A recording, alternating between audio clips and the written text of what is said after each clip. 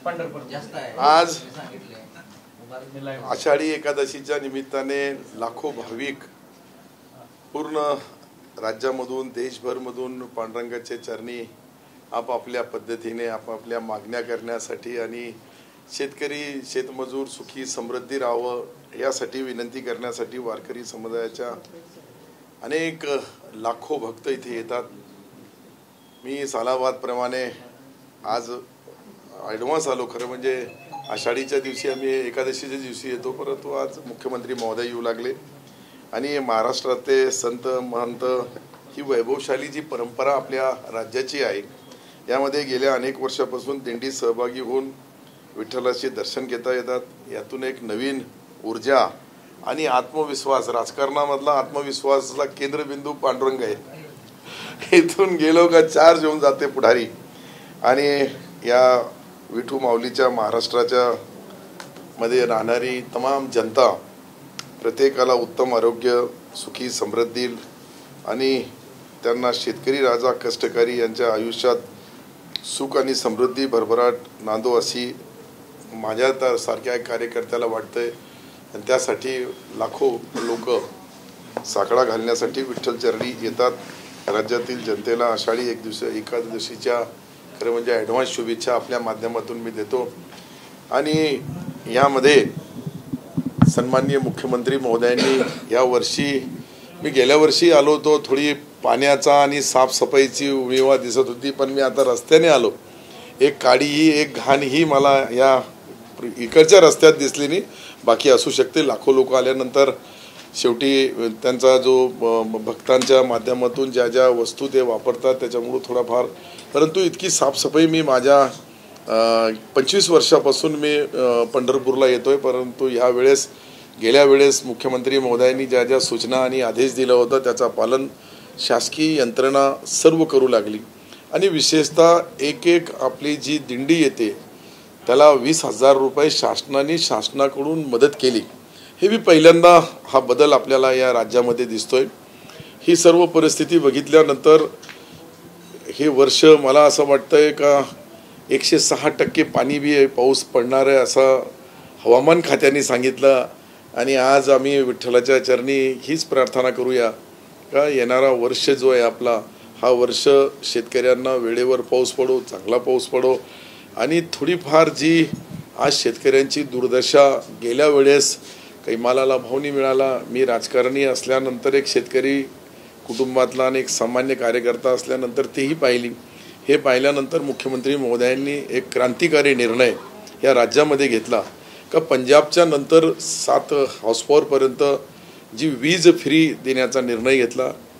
मुख्यमंत्री महोदयांनी लाडली बहीण ही योजना आणली। खरं म्हणजे त्या योजनेचा स्वागत मी, माझ्यासारखे तमाम कार्यकर्ते तहसीलच्या कार्यालयावर बघू, ग्रामपंचायतमध्ये अंगणवाडी सेविका असेल किंवा अनेक जी शासकीय यंत्रणा आहे त्या माध्यमातून एक ॲपच्या द्वारे लाखो कोट्यवधी लोकांना महिला भगिनीचा सन्मान म्हणून 1500 रुपये दिले। मध्य प्रदेशने 1250 दिले होते, आता महाराष्ट्र सरकार 1500 रुपये देणार आहे। आणि हा महिला भगिनीचा, त्या लाडली बहिणीचा सन्मान आहे। हे काही सन्मान यासाठी आहे, काही लोक म्हणतात का पगार देऊ लागले का तुम्ही? पगार नाही, आम्ही त्या बहिणीचा सन्मान करू लागलो का जेणेकरून त्याच्या स्वतःच्या हक्काच्या अकाउंटवर 1500 रुपये महिना तरी त्याचा हक्काचा झाला। जसा निराधारांना आपण पाहतो का अनेक निराधार बांधवांना 1500 रुपये फार मोठी मदत असते।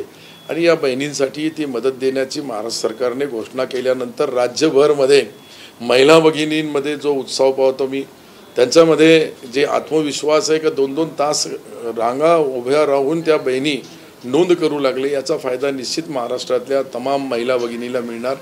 हीच या वर्षाची आषाढी एकादशीच्या निमित्ताने मुख्यमंत्री महोदयांकडून त्यांच्या सर्व लाडल्या बहिणीला हा सन्मान आहे। आणि हे सर्व केल्यानंतर आपण आज राज्यभरमध्ये पाहू लागलो का राजकीय वातावरण लोकसभेमध्ये, आत्ताच तुम्ही विचारलं का लोकसभा जी आहे ती विधानसभा राहणार का, तर निश्चित नाही राहणार।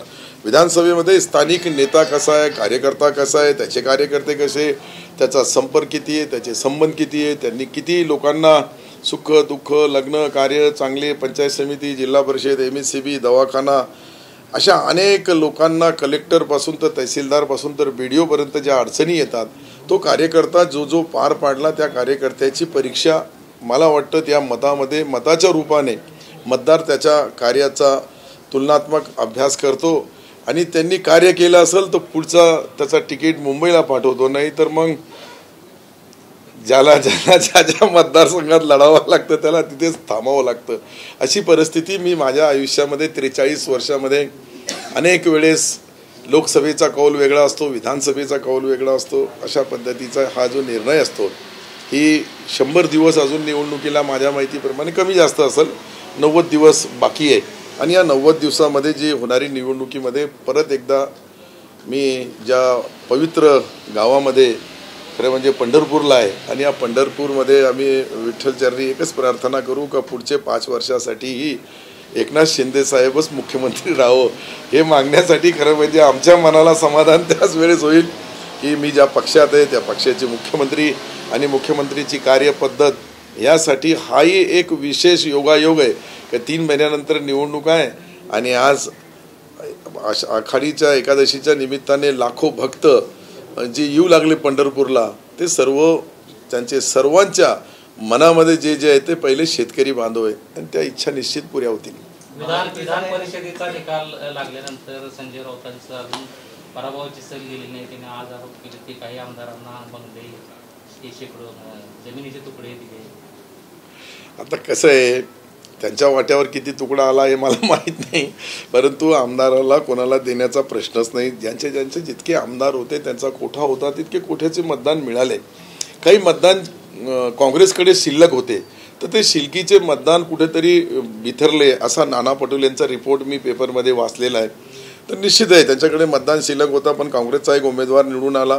फक्त शरदचंद्रजी पवार साहेबांनी जे जयंत पाटील साहेबाला उमेदवारी दिली होती ज्या अपेक्षाने, त्या अपेक्षा पुऱ्या होऊ शकल्या नाही.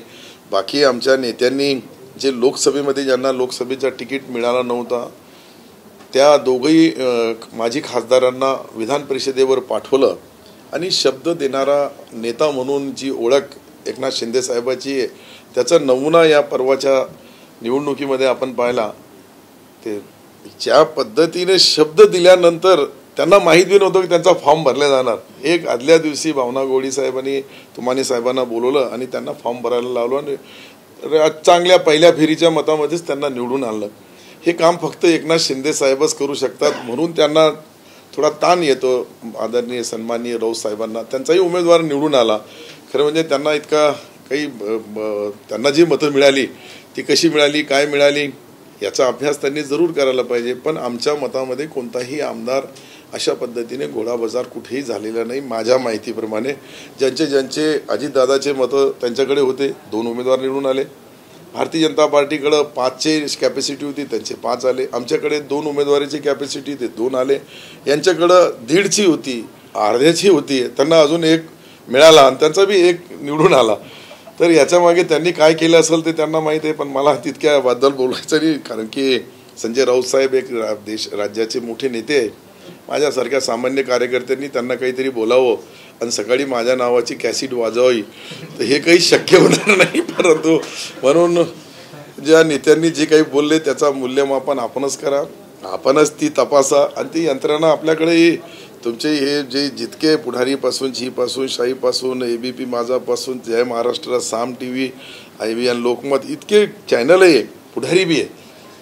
पुढाऱ्याला तपासायला तर तुम्ही ते तपासू शकता बरोबर कुठं काही कळलं असेल तर. 20 तारखेला पुन्हा आंदोलन करतायत. 283 आमदार पाडायचे की निवडून आणायचे, कसं पाहतायचे?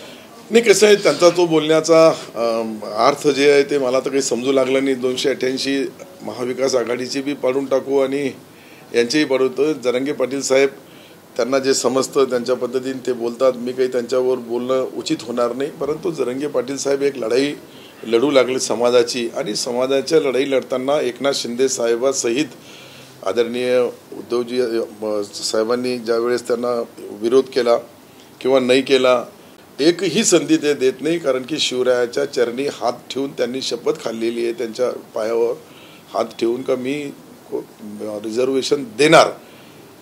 तर मला वाटतं की एकनाथ शिंदे साहेब आज येऊ लागले. तुम्हीच त्यांना विचारून घ्या ते बी आज पंढरपूरला आहे, मीही पंढरपूरला आहे. सालाबाद प्रमाणे मागणी आहे ती योग्य आपली मागणी आहे का?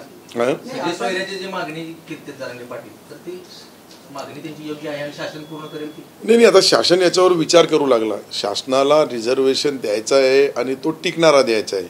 अशा पद्धतीची घोषणा आमच्या माननीय मुख्यमंत्री महोदयांनी केलेली आहे का ओबीसी बांधवावर अन्याय न होता तो मराठा बांधवांना न्याय द्यायचा, तो कायद्याच्या चौकटीमध्ये बसून द्यायचा आणि तो टिकणारा रिझर्वेशन द्यायचा. असे जे ज्या वेळेस ते कॅबिनेटमध्ये बोलले, टी व्हीवर बोलले, वर्तमानपत्रात छापले गेले, म्हणून जरांगे पाटील साहेबाचा मुख्यमंत्री आहे. मुख्यमंत्र्यांनी कधीही जरांगे पाटील साहेबाचा अनादर केला नाही. ज्या वेळेस प्रतिनिधी मंत्री असेल त्यांना पाठवले, स्वतः एकदा मुख्यमंत्री महोदय गेले आणि मुख्यमंत्री महोदयांनी त्यांच्या सन्मानामध्ये कधीही फरक पडला मला वाटतं.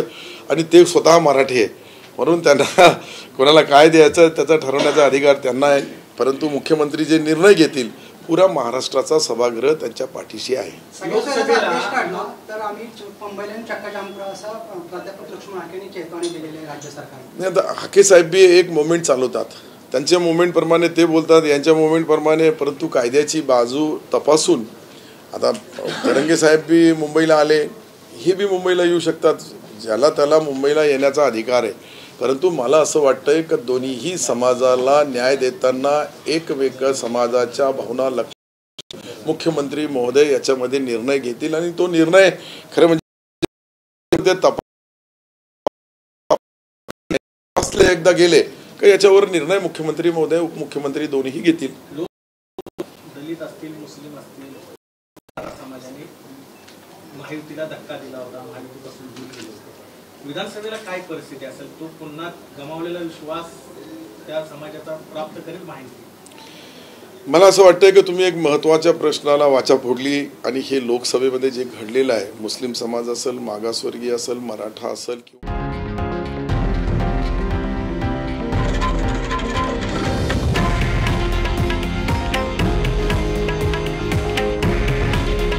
हे आहे देशातील नंबर 1 न्यूज नेटवर्क आणि आपण पाहत आहात TV9 मराठी.